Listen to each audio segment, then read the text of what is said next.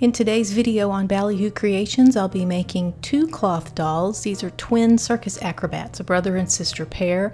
They're made of cloth with wired bodies and wired hands, so I'll show you how that's done. This project started out by embroidering the faces for these dolls. I did this on my machine using embroidery files that I created. I hand drew the faces and then digitized them into my software. And then I'm planning out how they're going to look. I've got striped legs, there's some aqua silk for the boy, and then pink silk for the girl. I'm going to make a sandwich for the faces here. There's stabilizer, and then the embroidered face, and then a blank piece of linen, and another piece of stabilizer. So that's the sandwich that I use.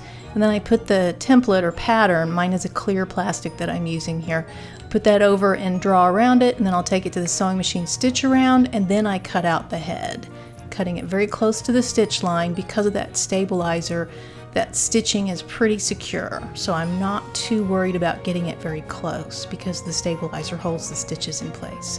It also makes it hard to turn, which you're about to see. I'm going to leave this in the video and you can see how I really messed this up.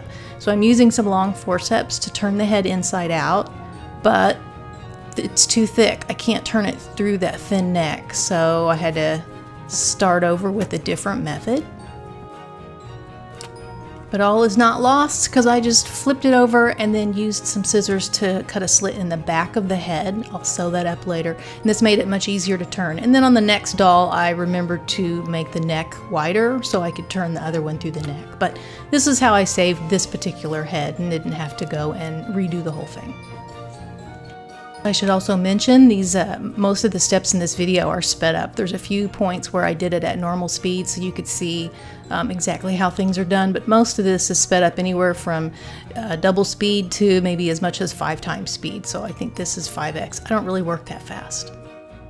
These dolls have articulated hands, so I'm using a skin-colored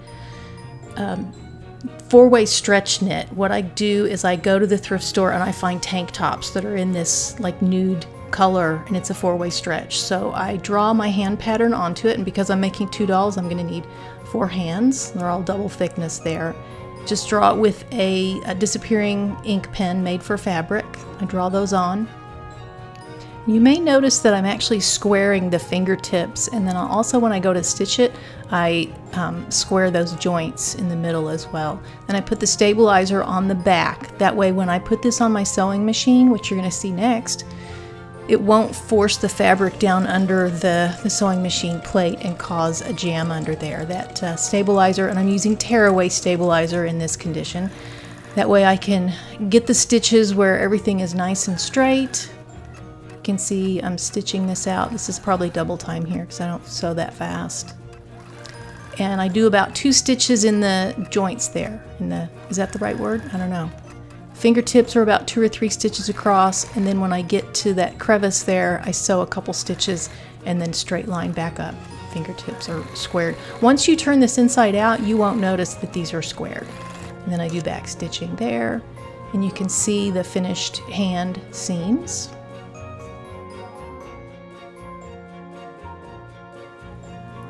And then finally I have to take away all of that tearaway stabilizer. I'm using an orange stick that is used for manicures. It's a nice little tool to help get that stabilizer off of the seam line. You might need to get some tweezers or forceps to get those last little bits, but you could also turn it inside out with those still there.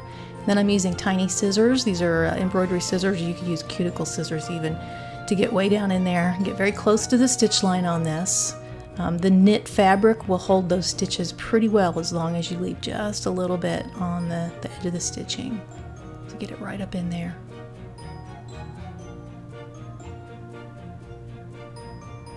You do have to be gentle with the hands, but it works great. And I'm going to turn them inside out. So here are a pair of hands. I'm using my small forceps, and I just push that inseam in. This one I had to struggle with a little bit, so I'm going to do it at real speed here. This is how long it actually took me to do one finger. Push that edge between the jaws of the forceps. You hold on to that finger, kind of squeeze it, and pull, and it should just pop right. Yep, there it went. I'm going to insert the wires. I'm using pipe cleaners or chenille stems to use inside the fingers. That way you don't have to actually put stuffing in there. The stuffy, what is that fluffy part of the pipe cleaner is your stuffing. So I make 2 V's and 1 long piece. And the way that I do it is one of the V's will go into the pinky and thumb, and then the other one, the other V will go into the ring finger and index finger, and then that one long piece goes into the middle finger, and then I wrap it around the V's and then goes out down the bottom as the wrist.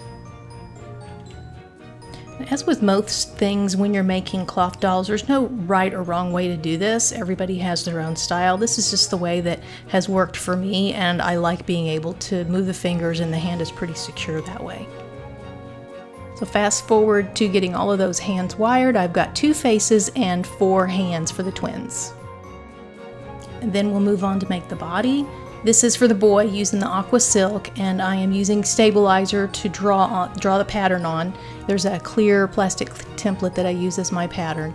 And then this is the legs with the stretchy black and white striped, and I'm also going to use stabilizer there so that it will not actually stretch when it's being stuffed. Just draw that pattern on, then I'll take it over to the sewing machine and stitch on all those purple lines. He's actually done in 2 parts. I did the pants and the shirt separate like this. And then I'm doing his sleeves because I'm going to insert the hands in there, so I'm using a glue stick to turn that fabric over the stabilizer there and give me a nice clean edge that I can insert the hands into later. And then finally he is being stuffed with wire. This is armature wire, and it goes up into his head and down for each leg. I'll use a thinner wire for the arms, it's already up in there. And then I twist the wires for his feet, and now since he's not actually going to stand up, I just did small little loops for his feet in this particular doll. These acrobats are meant to hang rather than stand. Normally if I were doing a standing doll, I would do a bigger loop like what you see right there, but because he's not going to stand, I clipped those off and made little loops, and then that will go inside those pants. After I wrap it up with some washi tape, that just kind of secures, keeps the wire from moving around. I don't ever want it to poke out of the fabric there. So, and a washi tape also is kind of slippery, so it slides right into your cloth doll. And then putting some stuffing in there. I'll fast forward through that, just adding a little extra stuffing to give him a little booty back behind there, and a little belly in the front. There we go.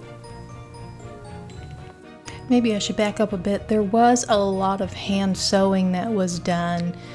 Had to sew up the back of the head, had to attach the head to the body, I had to attach the hands to the arms, and then the pants and shirt were hand sewn together.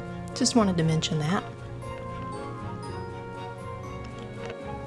Then finally I'm going to make the doll's wig. This is for the boy's wig, and I'm using this mohair yarn that I got from acornsandtwigs.com. I'll link to that in the blog post. If you look at the description, you'll see a link to the blog post where I'll list all the materials I'm using.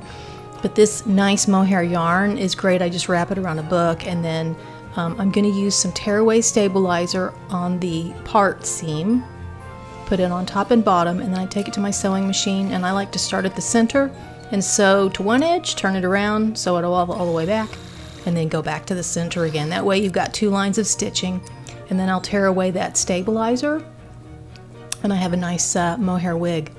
Also cut the loops right there, and I like to open up that part so that the stitching is not really visible. And then I'll hand stitch that onto the stuffed doll's head, and you've got hair. You can brush this out, you can iron it to kind of straighten it. It's a very versatile doll hair. So here's the finished twin dolls. They have some little ruffle elastic. The girl's got a little flower. She's got bows in her hair. I gave her pigtails with that mohair yarn, and then the boy just kind of has, you know, crazy standing out hair like that. And then I used a Copic marker to make their eyes blue. You can see how the hands will grip and change the position. She's holding onto his leg there. There's a different hand pose in that one. So these dolls have already been sent off to their new home. They were for a swap that I do on SwapBot for this month was Twin Art Dolls. Check the description box in this YouTube video for a link to the blog post where I list all the materials in this project.